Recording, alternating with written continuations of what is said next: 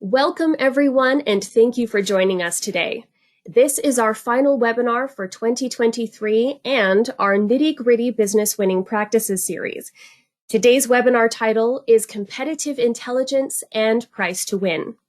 I'm Mallory Price and will monitor today's session.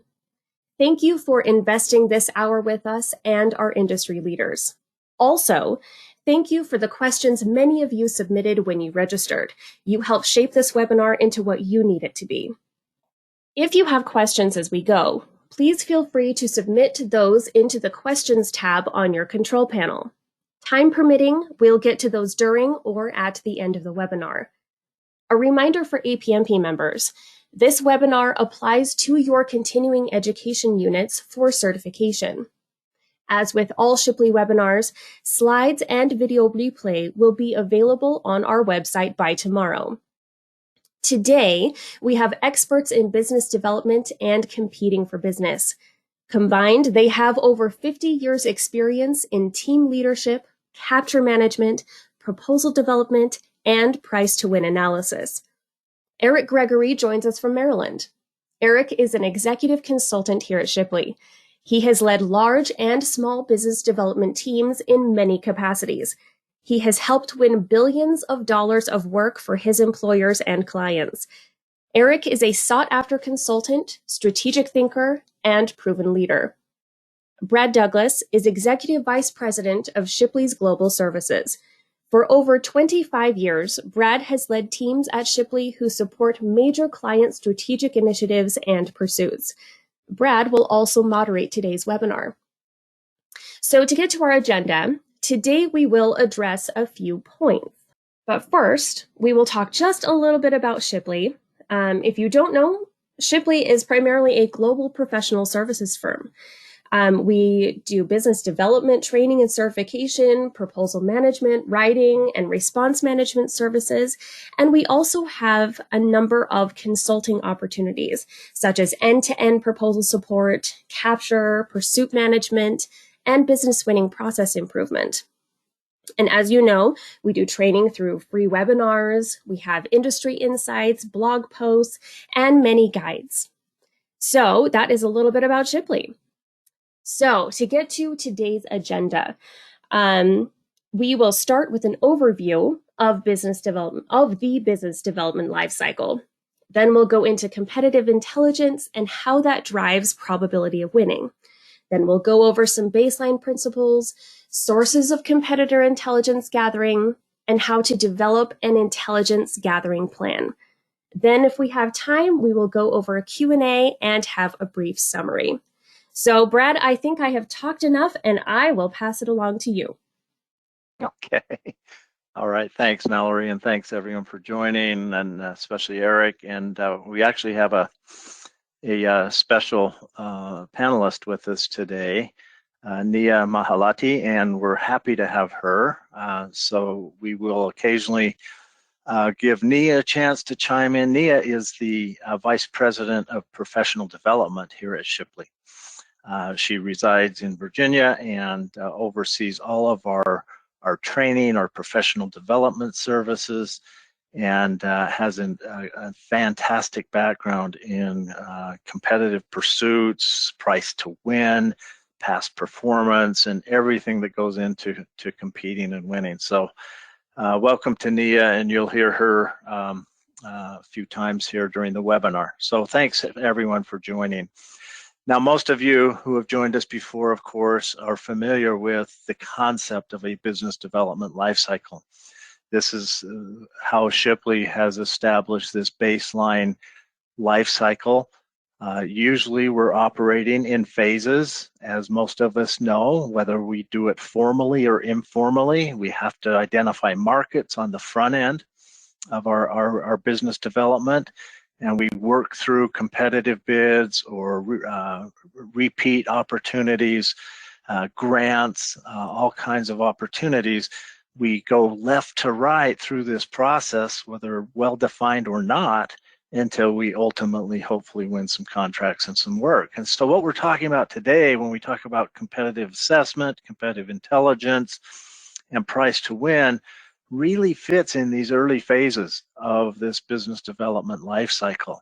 And so that's how the topic today fits into the overall process.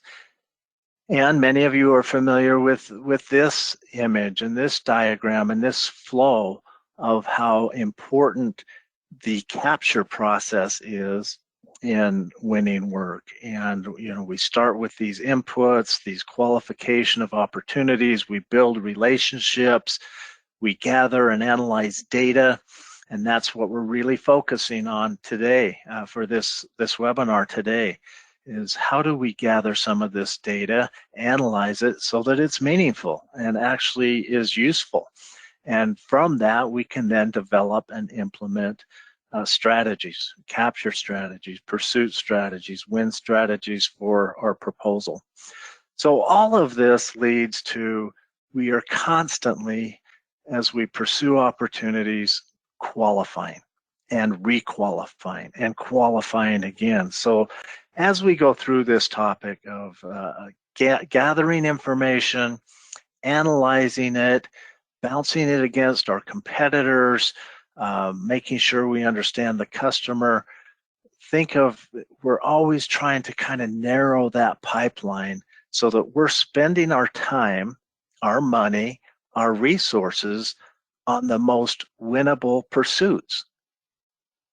We want to elevate what industry calls the probability of winning. How probable is it we can win this work if we invest in the pursuit? And so think of, as we go through this topic and share some ideas and some best practices and some lessons we've learned along the way in working with clients, think of this concept of, okay, we can't be bidding on everything. We have to gather this information, use it, and make sure we're really going after the most likely opportunities to win. So here you see how we kind of build up to that probability of win, abbreviated called pwin. And many of you are familiar with this already. But we've got to find sources of research and data, gather that, analyze it. We've got to put together, and Eric's going to talk about this a little later, the importance of an action plan. It's one thing to gather and collect data, but unless we put that into an actionable plan, it really doesn't do us a lot of good. So how do we build that plan and then execute and track, all to try to elevate our pwin, our probability of winning? So I'm going to ask Eric if he'll drill down on this concept of pwin a little bit and talk about the elements. What goes into really establishing a probability of win on a pursuit? Eric? That's okay. There's four major areas that we kind of look at here in terms of looking at probability of win in terms of what it has to offer. And so it's one of the things that's really critical is making sure that we really know the customer, and that's a particular area where some organizations have difficulty with. They think that they know, they think they've established trust, they think that they've established proactive outreach with customers, and the defined messaging and points that they would like to have. They think it's clear, and very often it's not. And so we really need to pay attention to those areas. We need to assess, the competition critically in a number of different ways, because you cannot ignore the competition. Your competition has strengths that they will use to entice the customer, that they can use against you. And so we need to pay attention to that by making sure we understand who they are, what they're offering, their strengths, weaknesses, opportunities, and threats, that we understand by doing a detailed bidder comparison to really understand what the relative position of each competitor is from the perspective of the customer. It doesn't matter what we think of our competitors. It only matters what the customer thinks of us and our competitors. And if we do that properly, we can begin to identify, hopefully, some very clear discriminators and offerings that we might be able to provide our customer that have detailed value in the eyes of the customer in terms of making sure that we've done that analysis and that we have a very detailed plan to reduce risk and a detailed plan to execute against the contract in a way. And if we've done this correctly, our capabilities will be clear. They will be aligned very closely, with the scope and the evaluation criteria. Our value will be immediately perceptible to the customer, and we will have proved that value through the presentation of facts and data, and that we will have a good relevant past performance story that demonstrates that we really can execute against what the customer wants. So I think that provides some pretty good highlights, Brad, in terms of what the four major components are related to this. Excellent, thank you. And then Eric, if you'd also talk, sometimes we get thinking when we're trying to win business that it's kind of a one and done effort. You go through these processes and you do these analysis and you're done, but really it's a very iterative process. And you want to just kind of talk about the importance of keep on going. It's not a one-time deal. And I think very often people have a tendency to forget that is the case, that it is a very iterative process. And that you don't just go through these various process steps in a singular fashion. You do it time and time again, because one of the things that we have to remember is that the competitive environment is very dynamic, both from the customer and the competitive perspective, and it changes constantly. And over the course of my career, one of the major mistakes that I've seen organizations and capture teams make is that they do not do this in an iterative way. They vector in on a solution or an answer, and they don't change as the environment changes. And then they're surprised when they lose. So let's make sure that we're paying attention then and recognizing that we are sensors, and we have to sense that environment continuously and use the new information that we gather on a regular basis to change our direction, be flexible and adaptable, and evolve with the environment so that we can increase our probability of win to its maximum over time. Great. Nia, I want to ask you just to chime in on this idea of making sure that we're not so lockstep that we just think competitive analysis and all that is a one-time thing. What's your thoughts on it being more of an iterative flowing process?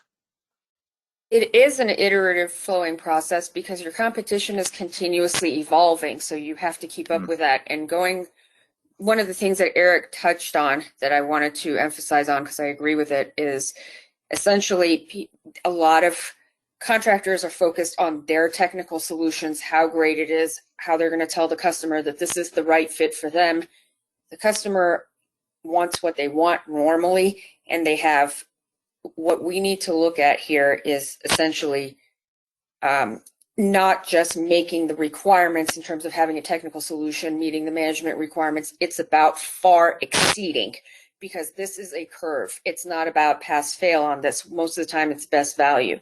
So in order to be able to make that assessment properly, we need to understand what the competitor landscape looks like, because we can't assess what far exceeds looks like if we don't know what the competition is doing and what they are presenting. So that, like Eric said, it's really important to not just look at the contractor's technical solution and their, what they are offering, but what the competition is offering, and how is that team going to get far exceeds and exceed what the rest of the landscape is presenting. So that's really important to keep this going. That is such a great point, that our competitors are constantly evolving and changing, and maybe there's new entrants, new competitors entering the pursuit. So thank you. Awesome. All right. Let's talk about, Mallory mentioned in the agenda that there's some very baseline principles that go with this topic of competitive assessment, information gathering, and a couple of those principles are ethics, this idea of what industry sometimes calls KITs, key information or key intelligence topics, and KICs, key intelligence questions. And so we want to just touch on these baseline principles fairly quickly. And I'm going to ask Eric, we put together kind of a list, and this was really based on many of your questions that you submitted when you registered for this webinar. So we put together a list, and it's certainly not complete, but there's a lot here of do's and don'ts when it comes to intelligence gathering ethics, this first principle we wanted to talk about, because this is so important. Eric, you want to just walk us through kind of at a high level on some of these? I think it's important to get baselined on these things, the do's and the don'ts, especially when it comes to ethics. Over the course of my career, I have seen people perform, ethically, and I've seen people who have performed unethically in our business. And believe me, you don't want to be associated in any way, shape, or form with those who perform ethically. We always want to keep that in the forefront, because it's a very important profession that we have. And we have to make sure that we are always, increasing and elevating the profession, because we want to make sure that we're always compliant, with various laws and standards within the industry. We have to be transparent. And we should always remember to try and avoid conflict of interest. And remember, conflict of interest is a perception. If someone perceives there's a conflict of interest, there probably is. So just be sensitive to that, and always be honest and rely on integrity to advance our positions, and make sure that we are recognizing that we are the ambassadors of our industry and our organizations. And we always want to make sure that we are strategically aligned and abide by our company policies, objectives, and guidelines to ensure that we are always putting forth the best image that we can. Some things that we should not do is don't misrepresent the organization or yourself in this business. It's very damaging, and we shouldn't do it.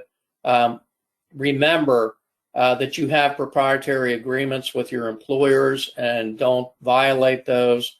It's just not right. Not only that, it can get you landed with a lawsuit if you're not careful. And don't misuse agents, lobbyists, or consultants in ways that would be considered unethical, because it doesn't advance the industry, nor does it help your position. And customers can tell when people are doing things that are kind of out of bounds. So don't do that. Always protect customer proprietary information, and don't rely on unverified or unsubstantiated sources. Make sure that we've triangulated and that the information that we're using has in fact been validated and is ethical and correct.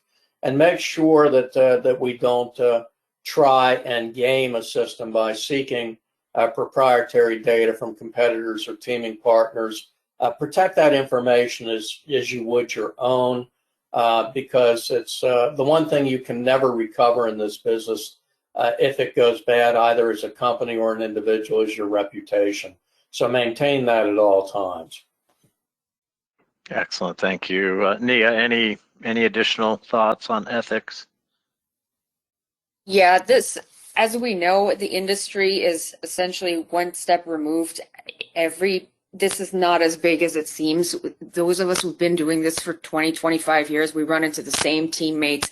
The customer becomes a teammate later on, or a teammate goes to the government, and it's not that big of a industry, and you run into people who know people. And I think what Eric said, it's your reputation in this industry is everything. That is why networking is so important. Maintaining the integrity of the company is so important, because here you team and then you compete against the same companies and then you team again. And so it's so important to maintain that trust. I honestly cannot emphasize that enough in this industry. Yeah, it gets to be a pretty tight-knit group, and you just got to be aware. Awesome. Thank you both. Then there's the principle of this idea, this kits and kicks, which some organizations are familiar with and use that terminology. Key intelligence topics. This is very basic, but what are some of the topics we need to really pursue as an organization? And Eric talked about perception and how important the customer's perception is. So these key intelligence topics, we need to think through those, collaborate internally as we make decisions on pursuits. And you can see it needs to reflect what does management and our leadership need in order to invest and really pursue opportunities. It brings consistency. The key intelligence questions, what questions do we need to be asking? If we get an audience with a customer, this is obviously pre-RFP and during the early capture phases, what questions do we want to ask? I mean, we need to have those ready to roll out. What questions do we need to answer? If we're going to be teaming and have a teaming partners, what questions do we need to be asked, and what questions will we likely be asked? So this idea of intelligence topics, intelligence questions, it's all about planning and thinking through your strategy. And here you see 3 types of key information or intelligence topics.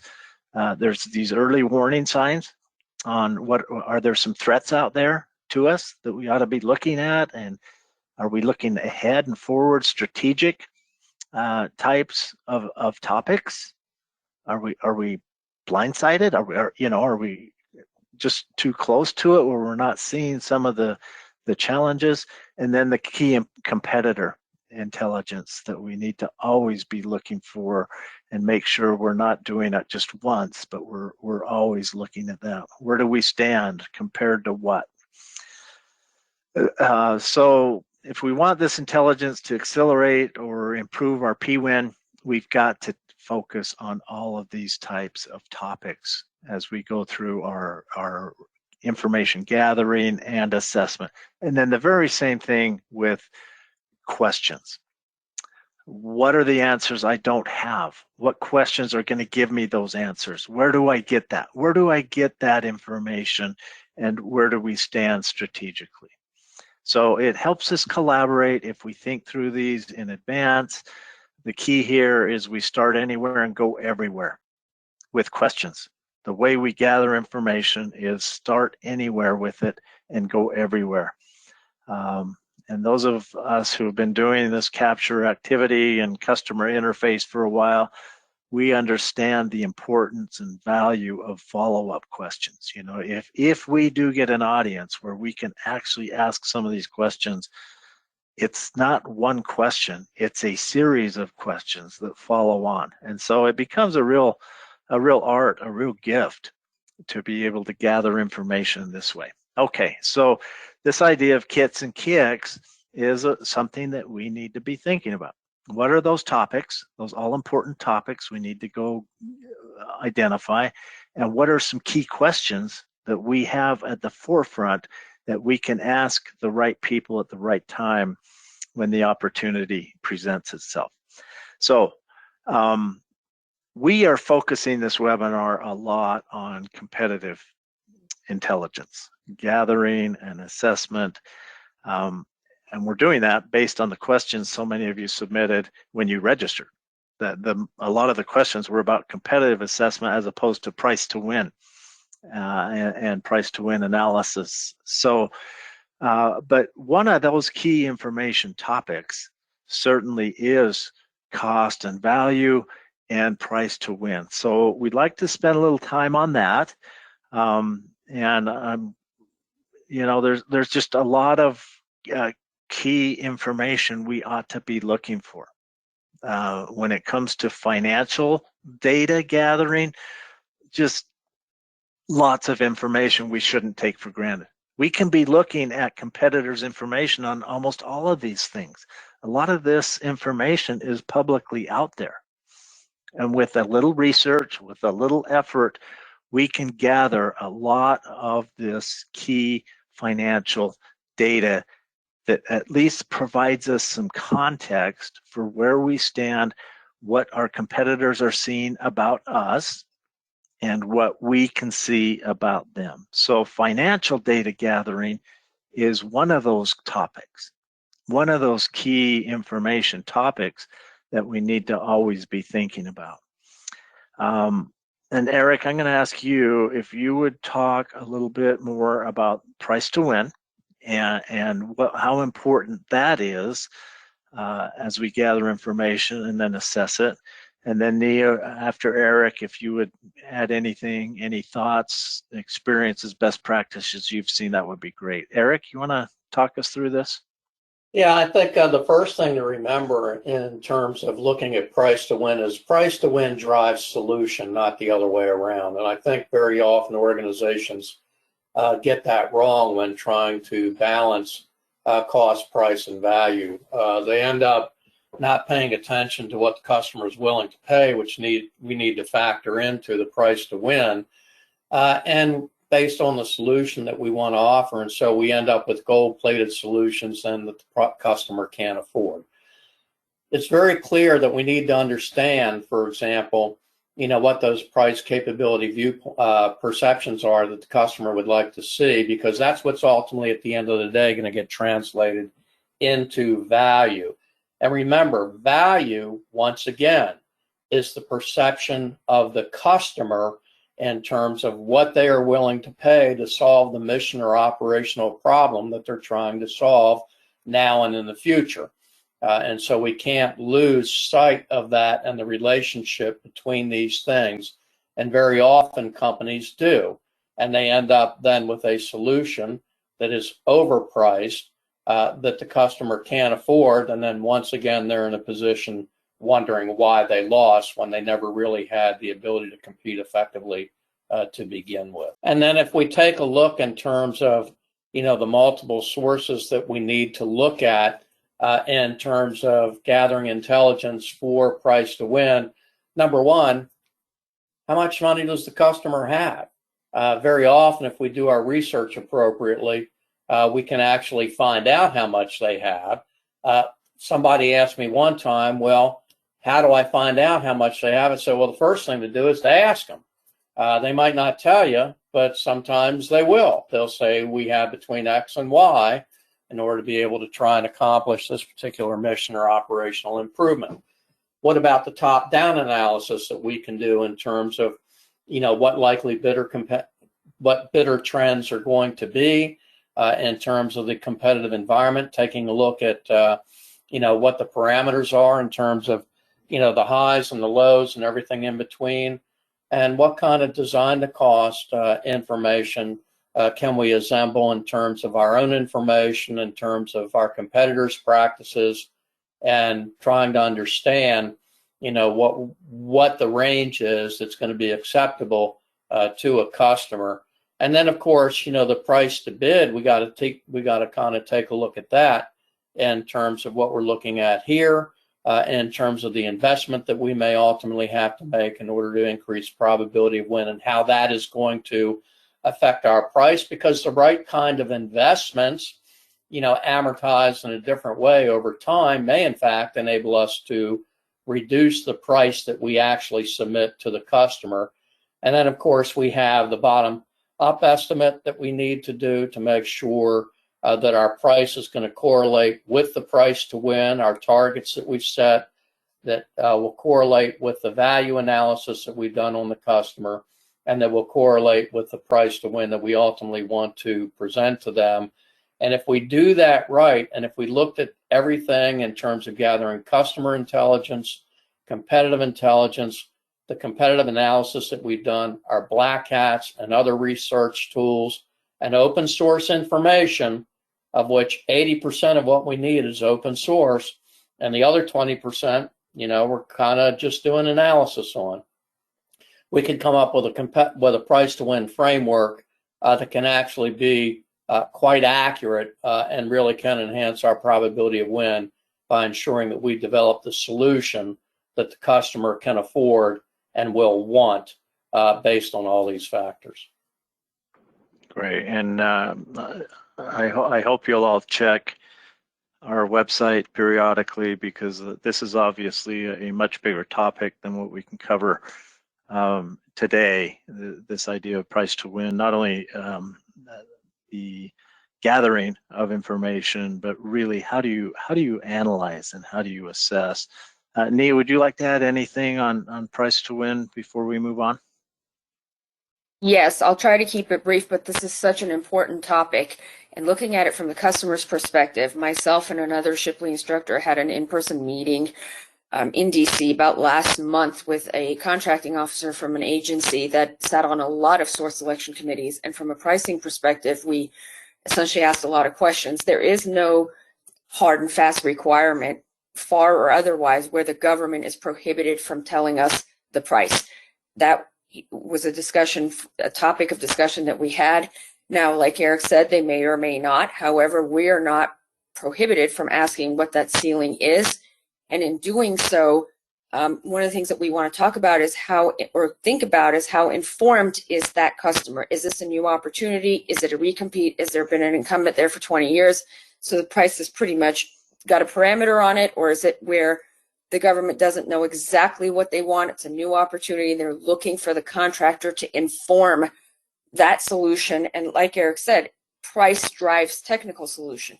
So are they looking to establish kind of what that looks like? And when we had this discussion with contracting officer, his view of it was, if we have a new opportunity where there is not an incumbent, we normally have a ceiling rate that we allocate. However, within that, we are looking at what is submitted to us that is viable in terms of what that's going to establish. Because essentially, if we get 3 proposals, they're all within a certain percentage of each other, and they're saying we can do this work technically and it's viable, then that's the parameter that we go with.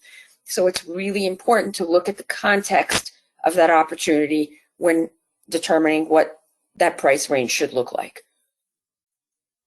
Excellent. Thank you. Thanks so much. And again, we'll do a webinar solely on price to win in the next several months. So keep an eye out for that. Well, we've touched on this a little bit, and so we might go rather quickly on some of this, and you can come back to it. But where are the sources? Well, let me pause first. Mallory, are there any questions that have been submitted that you think we ought to address at this point? So we did have one come in earlier when we were talking about an iterative process. So Eric, I think I'll start with you and pose this question to you first. And Nia, if you have any other thoughts, then please chime in. So the question is it sometimes appropriate to do more than one black hat review? Not only is it appropriate, it's essential. And I think we actually discussed this at some length already in terms of the environment changes. So if you just do one black hat review, number one, you might miss competitors that have actually come into the competitive field. Number two, if you only do one black hat, you're not working with the most recent information that you have available to you in terms of your competitors and the effect it might have on your pwin and their pwin. So yes, it is essential to do more than one black hat as we go through the process to make sure that we are in fact assessing the changing competitive environment and the changing competitors' positions within that environment. And I see actually a question. For those who may not know, a black hat review is a review as we're going about a pursuit, a capture opportunity, and we've gathered enough information about the competitors, the customer, what matters to the customer, their likely key requirements, and so forth. We gather all of that, and we get together internally as a team, and we do what industry often calls this black hat review, where some of the team members are simulating a competitor, and we want to see where we stand. What is our competitive position against our likely competitors once we've done some information gathering and we really know what the competitors are likely to offer? And we simulate this review, and we try to find gaps. Are there gaps in our likely solution based on likely competitor solutions that we need to pay attention to? Are there certain strengths that we think we have that we really need to leverage and take advantage of? So that's what we mean by black hat review. I know some that may be a new term to some, so I just wanted to clarify. Nia, would you add anything to Eric's response about multiple black hats? I agree with Eric. It's imperative to have them. I think the only reason why a contractor may not is because of resource allocation, but again, it doesn't take that many resources. And another thing I just wanted to add quickly is I know that black hats are usually internal with people simulating whether they've worked at an organization in the past or they have information. But it's also good once you solidify your team to have one as well, so that your teammates are providing input to the extent that they can. I mean, I understand there may be issues if they're, non-exclusive or whatever the case may be, but there are ways to do that as well, because this is likely in the same environment where these teammates have bid on other opportunities. They have teamed with other opportunities that now you're competing against. So it's really important to get that insight, because a lot of times your teammates will be the best source of information in terms of what the competition may look like. Good. Okay, Mallory, anything else, or are we good on questions? I think we are good for now. Okay.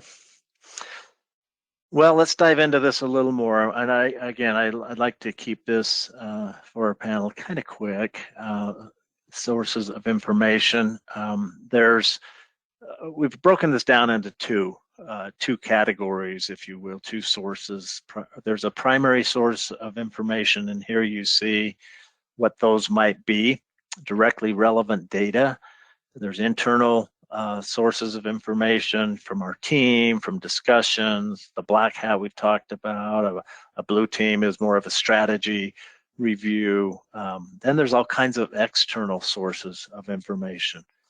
So those are primary sources. Then there's secondary sources, which are filtered and more indirect information. And they might come from industry news or industry conferences, procurement sites, financial reports, and so forth. So there's primary and secondary.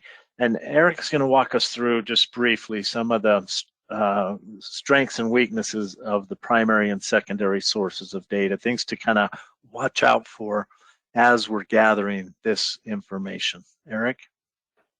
Yeah, I think it's really kind of important to pay attention to what some of the strengths and weaknesses are related to these various sources of information, especially the primary. Number one, it's usually fairly easy to access, which is always kind of great, because then we're trying to always work from a position of knowledge, never from a position of ignorance, and ease of access really kind of helps that. The direct information that we can acquire through these primary sources can include perceptions, and it also sometimes is replete with facts and data based on the customer and competitors and things like that, but sometimes we choose to ignore at our peril. Websites, for example, can provide a lot of information on key personnel that we may be interested in, and also key personnel in terms of competitors. I always kind of take a look at that kind of stuff. And then the very specific opportunity information that we need in order to be able to develop contact plans, for example, to make sure that we are working with the latest information we can get from all constituencies within the customer environment, contracts, the program offices, the operators, everybody we need to talk to. And then also trying to make sure that we understand customer and teaming partner relationships. Beware the teaming partner who comes to you selling that they have all this inside information, because if you go and check that, sometimes you'll find out that the reason that they have a lot of inside information is that they were actually working on another team before, and you might find out the customer really doesn't hold them in high regard. So just be careful. And just, most of the time, the information we can gather from these primary sources is usually unbiased, but always be aware and make sure that you validate and check the information that you gather. The internal data, again, some of the issues that there can be bias that, there in terms of internal data, especially your own company. It's very difficult in some cases to really be objective about our own information. A lot of this stuff in terms of information acquisition can be labor intensive. So know what you need is something that's really important. Don't do what some business development people do and say, well, I need everything. My response is you can't handle everything. So tell me what you really need in order to accomplish a particular intelligence objective. And then beware of exaggeration in some of these sources. And remember, data can be things that kind of look canned or normal data. It may not be current. Currency is important. You know, all of this data has a shelf life. Doesn't matter what it is. It can be weeks, can be months, can be minutes in some cases. So make sure that we do assess currency. And remember, all of this information is also available to everybody else.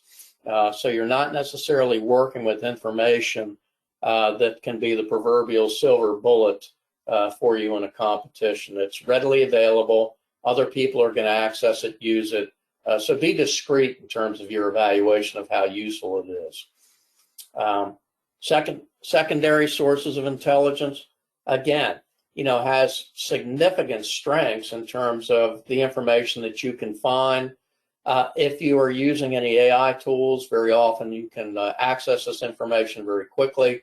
And that's one of the advantages to some of the tools that are coming out now, is that information access can be much faster and organized than it was in the past. It can cut down on that labor.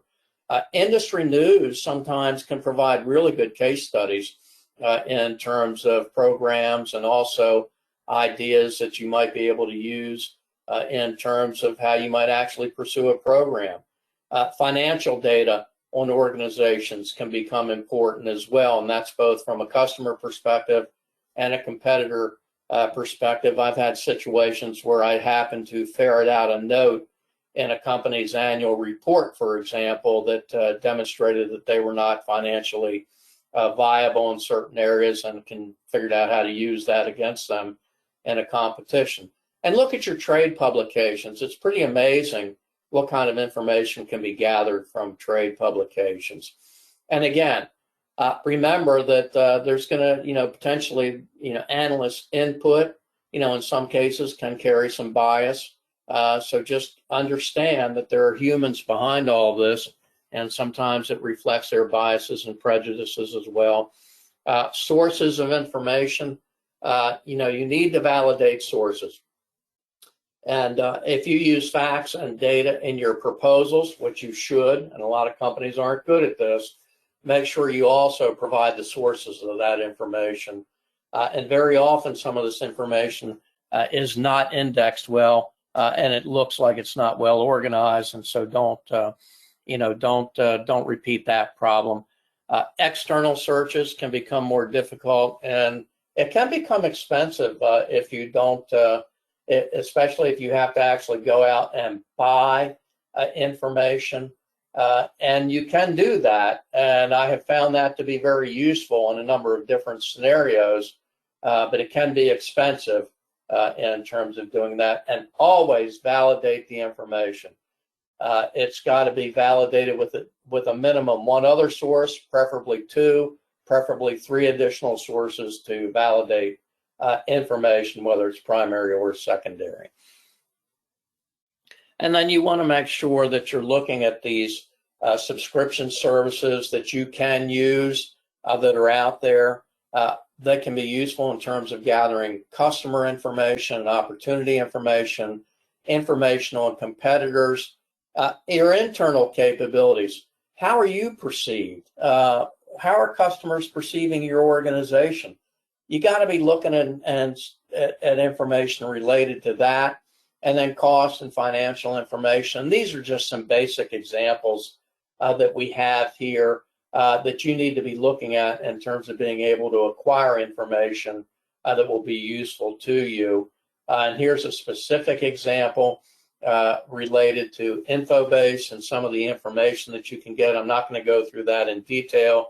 You need to access some of these data sets and be able to understand how to most effectively use them to enhance your own competitive and customer positions in this business.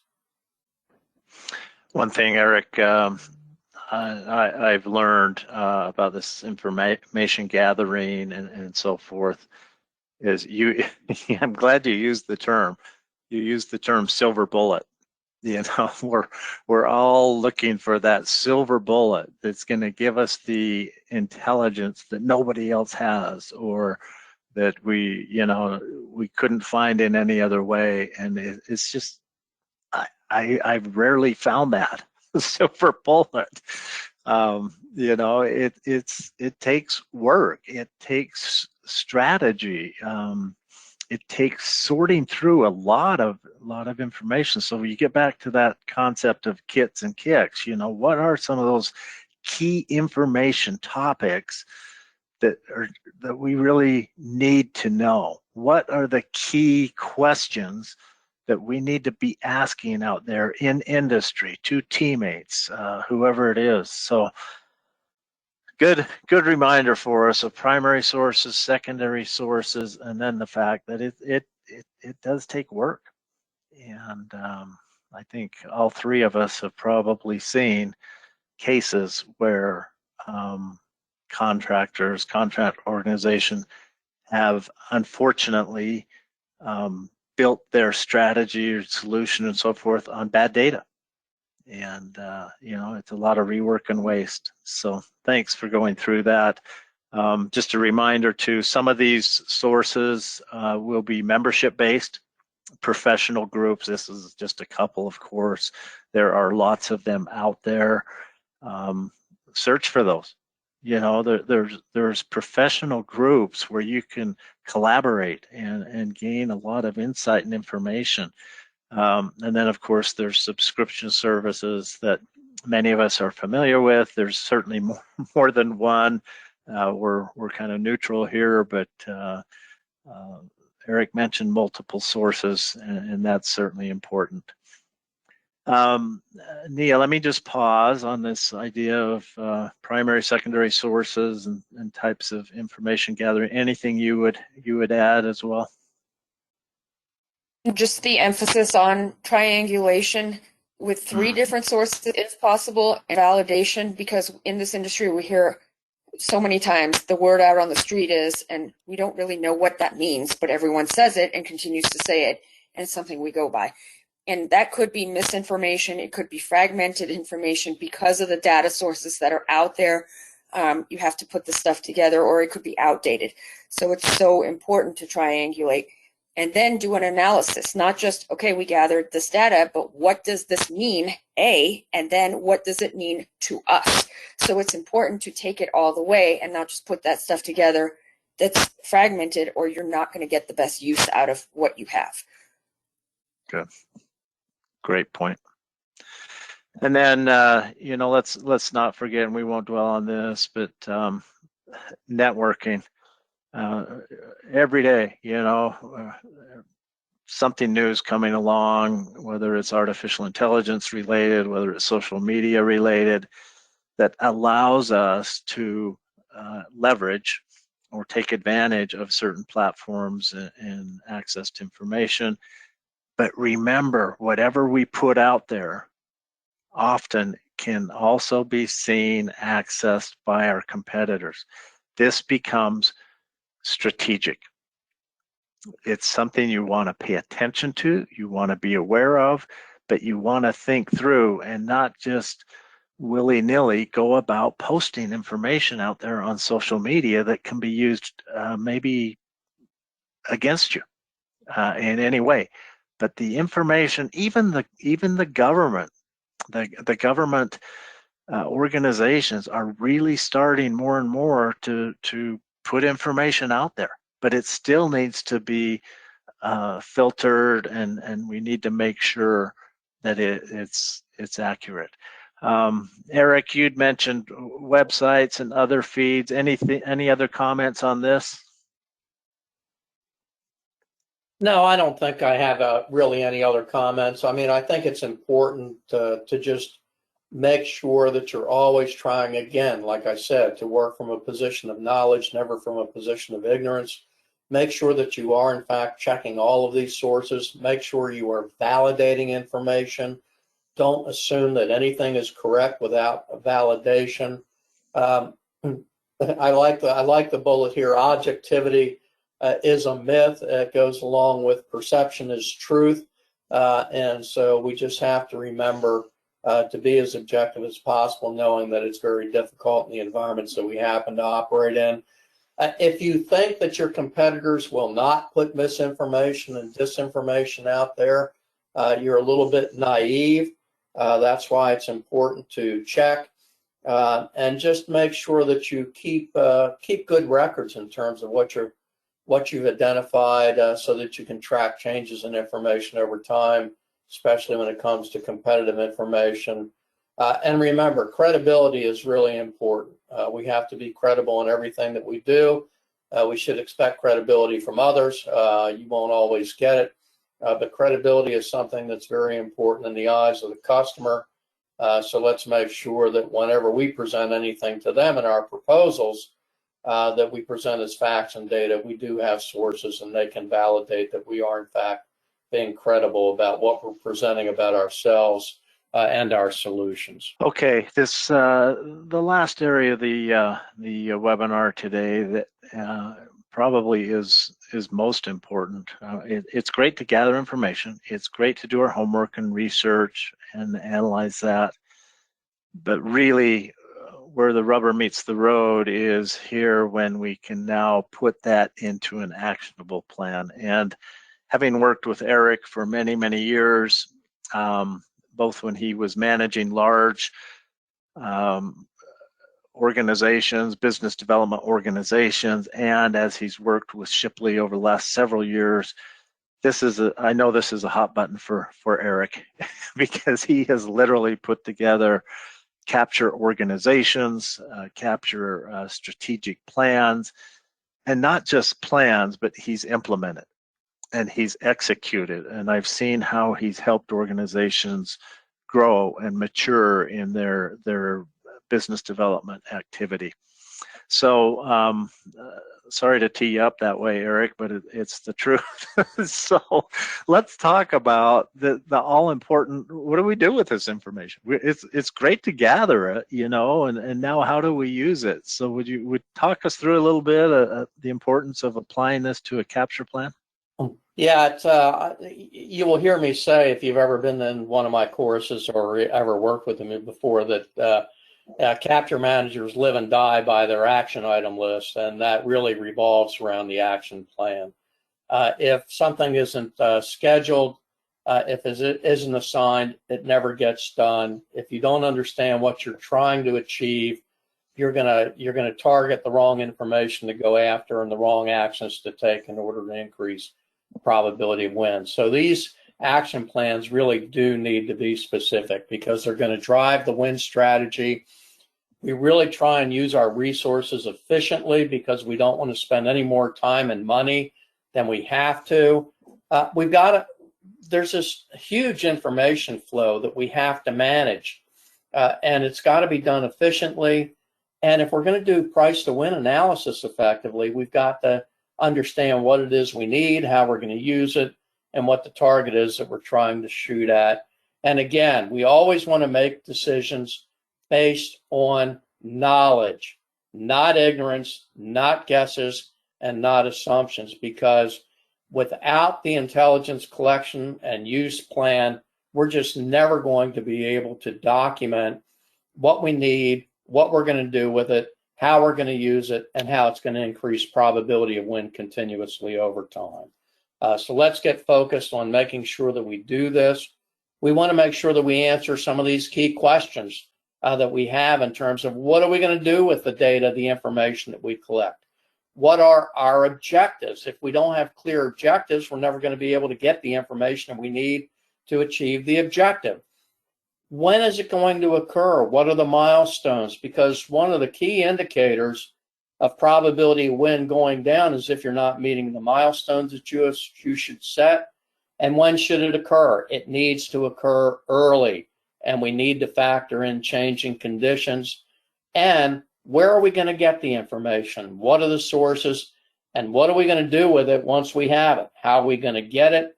How are we going to make sure we get it legally? How are we going to use it in the capture plan? What is the analysis that we're going to do in order to try and achieve the objectives we want to achieve with the information that we've been able to collect? And so, we want to make sure in terms of ensuring that we want to, how much time we allocate to be able to do this. Time is not infinite. We have to make sure it's bounded. What's the budget for this? Who's going to do the specific tasks, and make sure we hold them accountable. Who needs to be involved? Not everybody. Let's try and keep the number of people involved small. And what are some of the constraints that we have that we need to operate within those boundary conditions that are usually revolve around ethics and the agreements that we have, for example, with our teammates, and making sure that we just follow all the standard ethical guidelines that we would be expected to follow. And we need to communicate. If we don't communicate where the information is, what deliverables we're going to create, where it's going to be, how to use it, it's pretty much useless. People need to know exactly what repository it's going to be in. We need to have controls. Not everybody needs to get to all information. And that's especially true when it comes to pricing information that we're going to have. We usually try and maintain very strict control of that for obvious reasons. Just make sure we have a system set up and people understand what that system is. And then try to just use simple tools to make the intelligence data understandable. I really like quad charts because it's easy for the brain to assimilate information when labeling is done properly, and you can get a lot of information on a quad chart that is highly useful to people, and also some very simple instructions in terms of how to use it effectively for whatever purpose you need to define. So this is just a handy dandy kind of presentation in terms of how to use a simple tool to make it effective. And then Eric, would you just expound just a little bit more on the importance of communicating? This is such an organizational failure that we see way too often. Is just this inability to share and communicate information. Yeah, 90% of all capture and proposal problems usually can be traced back to poor communication in some way, shape, or form. So we've got to make sure that we're open and that we give people the tools and information they need to do their job. Because if we don't, then don't expect them to do a particularly good job. Just make sure that we are getting it out there. We tell them how to use it, what the appropriate use is, where to use it. Make sure that we are, in fact, gathering our information wisely and making sure that it is iterative. We're not just doing one-stop shopping. We're constantly sensing that environment, and always make sure that we are legal and ethical in our approaches to obtaining and using data and information that we can in fact gather. Well, Eric, thank you for that. That was great information. Let me turn to Mallory. Mallory, are there any questions before we just do a quick summary that you think we ought to address that have come in? We do have one question, and I like it because it kind of takes us back to the beginning after going through some of these nitty-gritty details. So Brad, I'll pose this question to you first. So it says, we typically haven't focused much on competitors when we bid. Where should we start?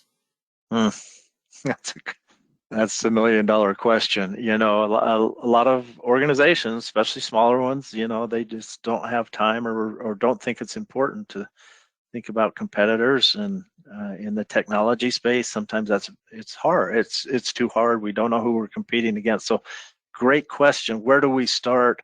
I think we start on the very next bid, the very next opportunity, and we make it a priority.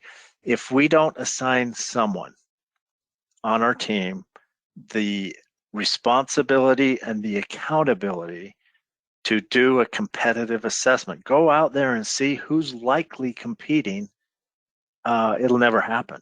And so step one is assign the role, define it, and hold that person accountable for doing exactly what we've talked about in this webinar. So that's where I would start, is making sure someone owns it.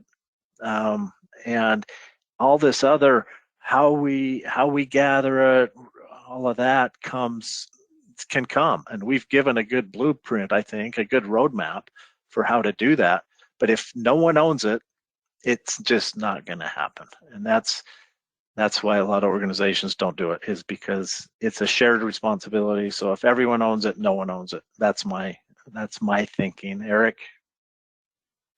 Yeah, I think that's absolutely true. And I think the easiest way to get started is just by, as you said, assign somebody to do it, get started. You will learn as you go, and you will get better as you go in terms of doing that kind of analysis of competitors. So just, like Brad said, at this point, start anywhere, go everywhere, but just start and make sure somebody has ownership of that particular element of the process. Great. Mallory, anything else? I think we have covered most of our questions today. Awesome. Great. Okay, well, here's a quick summary of things we've talked about, and you can hopefully go back and review this, share it with your team. But it's such an important phase of our business development activity.